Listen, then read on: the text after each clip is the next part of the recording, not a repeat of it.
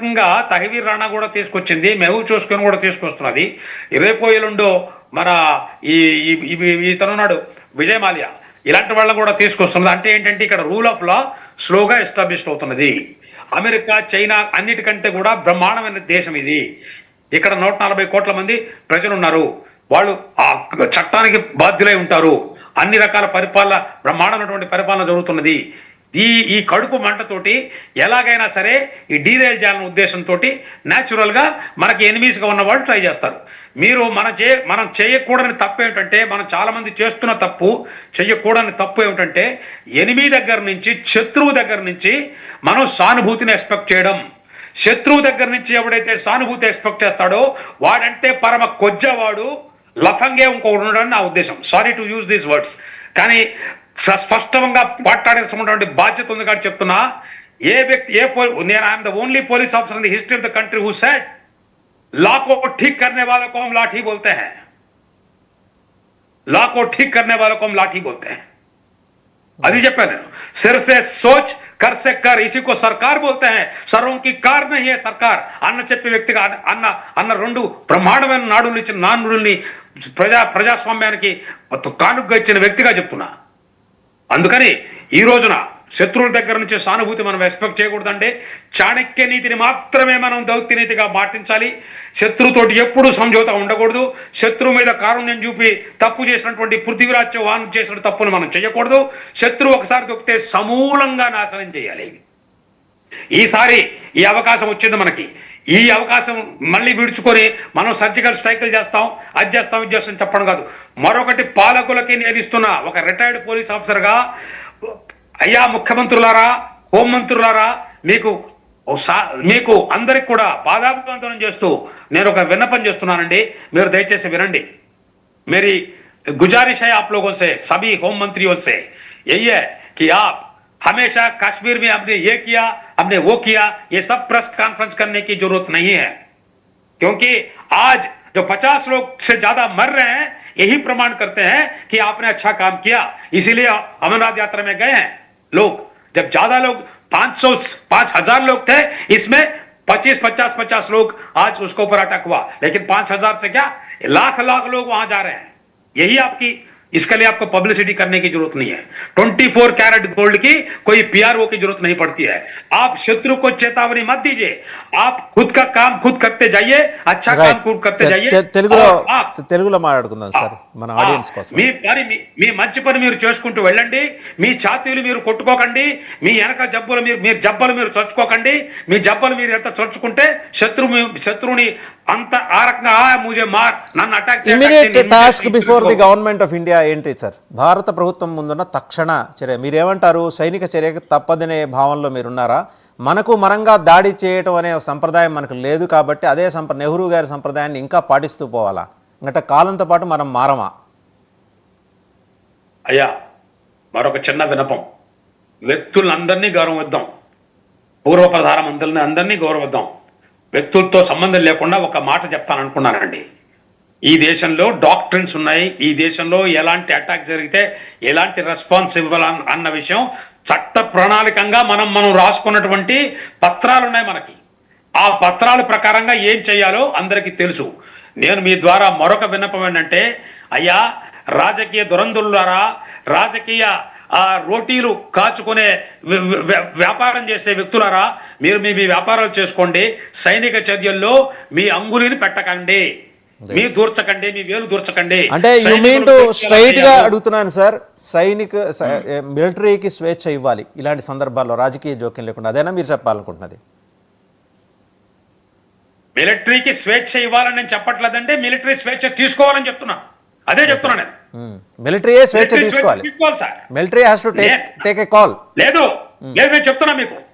నా మీద ఎవడు నేను ఐజీ ఆపరేషన్స్ గా ఉన్నప్పుడు నేనున్న 2.5 సంవత్సరాలు ఇలాంటి పరికమాల చర్య ఎవడు చేయలేకపోయాడు. నా మీదే పొలిటికల్ ప్రెషర్ లేదు. ఎవడు తీసుకోరా? నేను తీసుకున్నా. నన్ను ఎవడు స్టాప్ చేయలే. అలాంటి వ్యక్తులు మీరు డీజీపీ కాశ్మీర్కి ఎందుకు పెట్టట్లేదు? రైట్. నా మీదే ప్రెషర్ లేదు. నేను ముగ్గురు హోమ్ మినిస్టర్లు చూసా. నా మీద ఎవరు ప్రెషర్ పెట్టలా. అయ్యా, పోలీస్ వ్యక్తులు కానీ సైనికులు కానీ ఎవరు పొలిటీషియన్ దగ్గర పోయి సార్ ఇవ్వండి సార్ సినిమాలో చూపిస్తారండి. అది వీరులకి ఆర్డర్లు అవసరం లేదు సార్. వీరుడికి ఉండాల్సింది పౌరుషం, రోషం. వీరుడికి ఉండాల్సింది త్యాగ నిరతి, అది ఉంది. ఎవడైతే భయపడతాడో जो मरेगा वो जो डरेगा वो मरेगा अपने सामने खुद का. ఎవరికి అవసరం లేదు సార్. ఈ దేశంలో ప్రస్తుతానికి ఉన్నటువంటి లీడర్షిప్ చాలా మెచ్యూరిటీ లీడర్షిప్. ప్రధానమంత్రి గారు కానీ, హోమ్ మినిస్టర్ గారు కానీ చాలా మంచి పని చేస్తున్నారని ప్రగాఢ విశ్వాసం. Sir, how do you look at Omar Abdullah's administration? Sir, మీరు ఒక విషయం చెప్పుకోవాలి. ఒమర్ అబ్దుల్లా గారు ఫుల్ ఫ్లెడ్జ్డ్ చీఫ్ మినిస్టర్ కాదు. ఆయన అదొక ట్రంకేటెడ్ స్టేట్. అది ఇప్పుడు ఉన్నది. ఆయన పోలీస్ డిపార్ట్మెంట్ ఆయన కంట్రోల్లో లేదు. సో ఆయన ఏదో చేస్తున్నాడు, ఆయనకంత సీన్ ఉందని కూడా నేను అనుకోవట్లేదు ప్రస్తుతానికి. ఎందుకంటే ఇప్పుడు ఢిల్లీ చీఫ్ మినిస్టర్కి పోలీస్ మీద కంట్రోల్ లేదండి. అప్పుడు లేదు, ఇప్పుడు లేదు. ఇప్పుడు ఉన్నటువంటి ఈ గవర్నమెంట్ కూడా అదేదో ఉందని చెప్పేసి నేను అనుకోవట్లేదు. కానీ ఈ విషయంలో మనం ఎవరిని నమ్మడానికి అవసరం లేదు, ఎవరి హెల్ప్ మనకు అవసరం లేదు. ఇది సైనిక చర్య. It's a war on India, it's a war on Bharat. Bharat మీద యుద్ధం ఇది. భారత్ మీద యుద్ధం వచ్చినప్పుడు తల్లి యొక్క తల్లిని ఎలా రక్షించుకోవాలో కొడుకులకు తెలియకపోతే వాడొక కొడుకు అని అడుగుతున్నాను సార్. ఇప్పుడు రైట్, ఈరోజు యాజ్ ఇట్ ఈస్గా ఎన్ఐఏ రంగంలోకి దిగింది ప్రస్తుతం. వాళ్ళు సరే, అది దర్యాప్తు సంస్థ కాబట్టి వాళ్ళు చేసే కార్యక్రమం వాళ్ళు చేస్తారు. Army already it was plunged into action అండి. అండ్ సబ్సిక్వెంట్గా వీళ్ళు పారిపోయి ఉండటానికి అవకాశాలు ఉన్నాయి. ఎందుకంటే మీరు ఆ ఏరియా మొత్తం మీరు థరో కమాండ్ ఉంది, ఎటువైపు పారిపోయి ఉండొచ్చు. ఎందుకంటే ఇందాక ఫర్జానా గారు చెప్తున్నారు, ఆవిడ she is the resident of Srinagar and she is senior most journalist there. ఆమె ఒక పేపర్కి ఎడిటర్గా, సొంత పేపర్కి ఎడిటర్గా చేస్తున్నారు. చాలా సందర్భాల్లో పాపం ఆమె కూడా ఈ ఉగ్రవాదులకి లక్ష్యంగా మారారు. చాలాసార్లు ప్రొటెక్షన్ తీసుకున్నారు ఆవిడ. నిష్పాక్షికమైన జర్నలిస్ట్ ఆవిడ చెప్తున్నారు వాళ్ళు అడవులు జంగిల్లోకి పారిపోయి ఉండే అవకాశం ఉంది. ఆ నియర్ బై ఏమున్నాయి సార్ పహల్గాం నుంచి? అయ్యా, మీకు ఈ విషయం ముందు ఒక చిన్న, అంటే నా సొంత డబ్బా నేను వాయించుకోవడం అని కాకుండా మీకు ఒక చిన్న విషయం చెప్తా. కాసేపట్లో మీకు ఎలక్ట్రానిక్ ఎవిడెన్స్ కూడా పంపిస్తాను. అది కూడా మీరు మీ ప్రేక్షకుల మహాశయులకు తెలియజేయండి. ష్యూర్. నేను 2012లో P⁵ అని ప్రోగ్రామ్ చేశాను.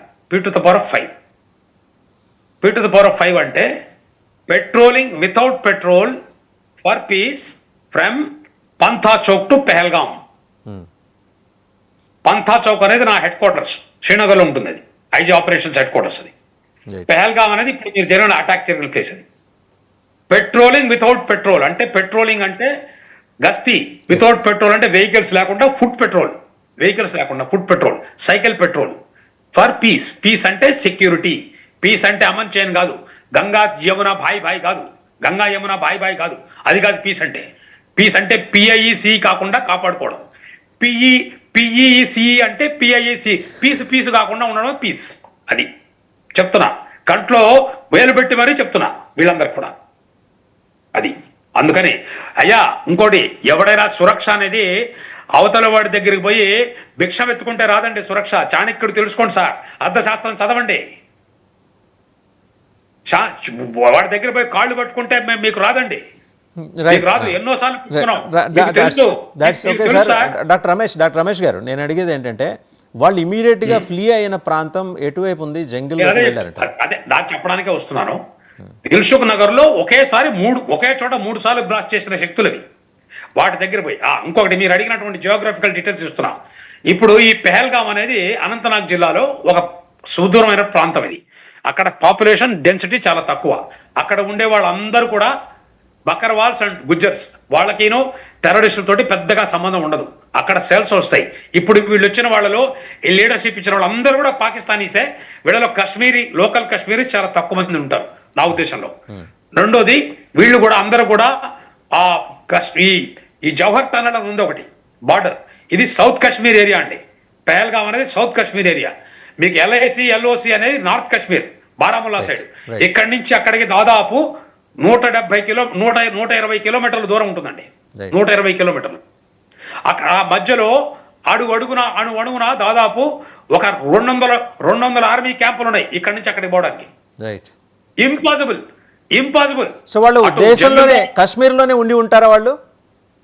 వీళ్ళు వచ్చి క్యాంప్ చేశారు, ఇప్పుడు అక్కడే ఉన్నారు. వీళ్ళు చచ్చిపోవడానికే వచ్చారు. వీళ్ళు చచ్చిపోతారు అక్కడే.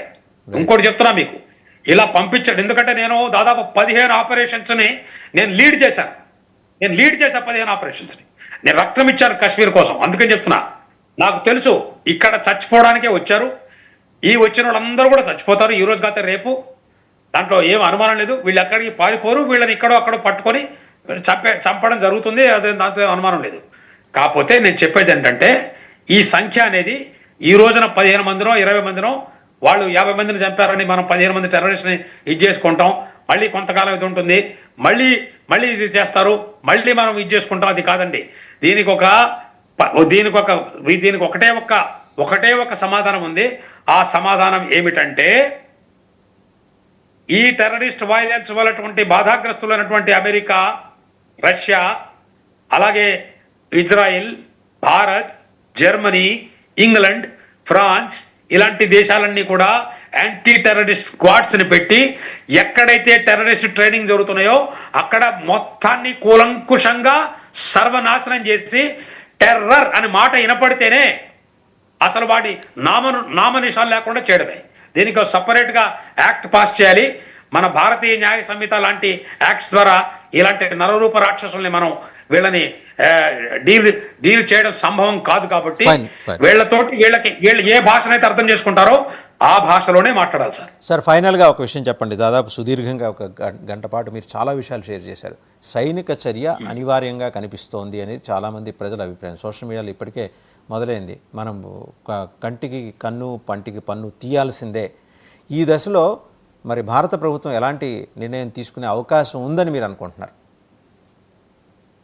అయ్యా, నేను పూర్వ పోలీస్ ఆఫీసర్ని, నా దేశాన్ని అతి భయంకరంగా ప్రేమించే వ్యక్తిని. నేను నా దేశ ప్రధానమంత్రిని, నా దేశ రక్షణ మంత్రిని, వారికి సలహా ఇచ్చేంత నాకు తెలిసినా కూడా చెప్పడం మంచిది కాదండి. కొన్ని సర్ప్రైజెస్, కొన్ని విషయాలు అవి ఆ స్ట్రాటజీ అవన్నీ ఉన్నాయి. అవి సైనికాధికారులకు తెలుసు ఎలా చేయాలో. వాళ్ళ దగ్గర డాక్టర్స్ ఉన్నాయి, వాళ్ళు చేస్తారు. నాకు ప్రగాఢ విశ్వాసం ఉన్నది. అసలు పాకిస్తాన్ అనే టెర్రరిస్ట్ స్టేట్ లేకుండా చేయడం మాత్రమే దీని సొల్యూషన్ అని నేను అనుకుంటున్నాను. Right, thank you doctor BN Ramesh గారు. Thank you very much. US ఈరోజే వెళ్ళారు, ఈరోజే అక్కడికి చేరుకున్నారు. బట్ స్టిల్ మా అభ్యర్థన మేరకు మొత్తం కాశ్మీర్లో జరుగుతున్న సంఘటనల మీద, వాటి పూర్వాపరాలు, ఆయన ఐజీ ఆపరేషన్స్ ఉన్నప్పుడు 2.5 ఏళ్ల